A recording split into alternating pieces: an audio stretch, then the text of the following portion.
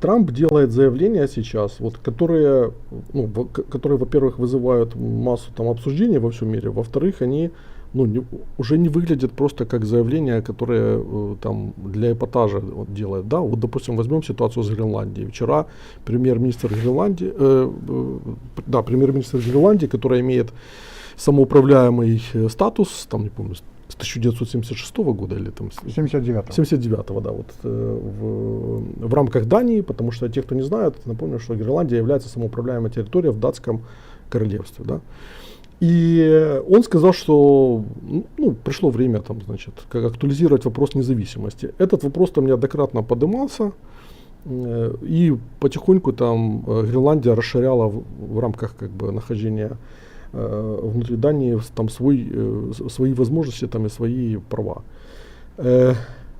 Мне кажется, что это напрямую взаимосвязано с тем, что говорил Трамп, потому что очевидно, что получив вот такой как бы пас, а возможно там и какую-то другую поддержку, там какие-то обещания на будущем, вот этот вопрос актуализировался. И вот точно так же, как и с Маском, заявление которого там актуализирует вопрос вот этих всех радикальных правых и радикальных левых, которые, глядя вот на это, чувствуют себя, наверное, более на волне.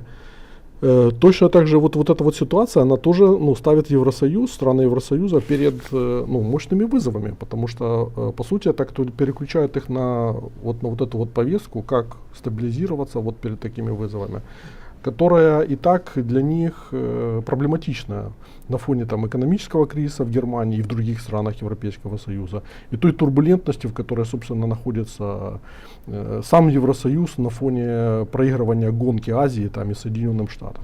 Я бы с большим вниманием подходил к каждому слову, которое говорит Трамп. Анализы показывают, что 78% обещаний, которые он делал, да, выполнил. Это беспрецедентно. Средняя для всех президентов Соединенных Штатов с начала 20 века. Это ниже 40%. Значит, этот тип политика, да, характеризуется тем, что делает то, что говорит. Если бы посмотрели на это, просто можно бы на все заявления по Панамскому каналу, да, вот по Гренландии, они... Канаде. Да, не, по Канаде и по Мексику это другое. Там логика такая, что если ты не платишь за свой обед, не говори про свой суверенитет. Короче, если требуешь, чтобы тебя датировали, ты не свободный. Ты как ребенок. Если хочешь, чтобы тебя датировали, да, тогда поклонись, да, сдай свой суверенитет, и тогда будем тебя... А если считаешь, что ты свободный, да, тогда не проси, чтобы кто-то тебя содержал. Вот более или менее такая логика по отношению к Мексике и Канаде. На самом деле там вопрос идет про Китай, потому что все, о чем он говорит, касается Китая. Здесь вопрос, чтобы Канада и Мексика не было легким входом на рынок Соединенных Штатов для китайских производителей. Потому что он хочет внедрить тарифы не только против товаров из Китая, а также из всех стран, где Китай производит свои товары и которые входят на американский рынок. Вот то, что здесь логика. А что касается Гренландии, что касается Панамского канала, это вопрос, я бы сказал, стратегических путей, так как Малакка, но там вопроса нет, да, про господство Соединенных Штатов. Здесь вопрос идет с технической точки зрения. Он как будто предложил Дании продать. Скажем, Дания откажется. Но их там 60 тысяч людей живет на Гренландии.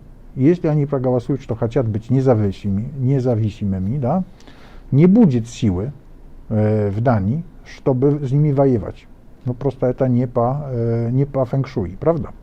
Значит, станут самостоятельной страной. И дальше дорога, чтобы стать штатом, если проголосуют, уже простая.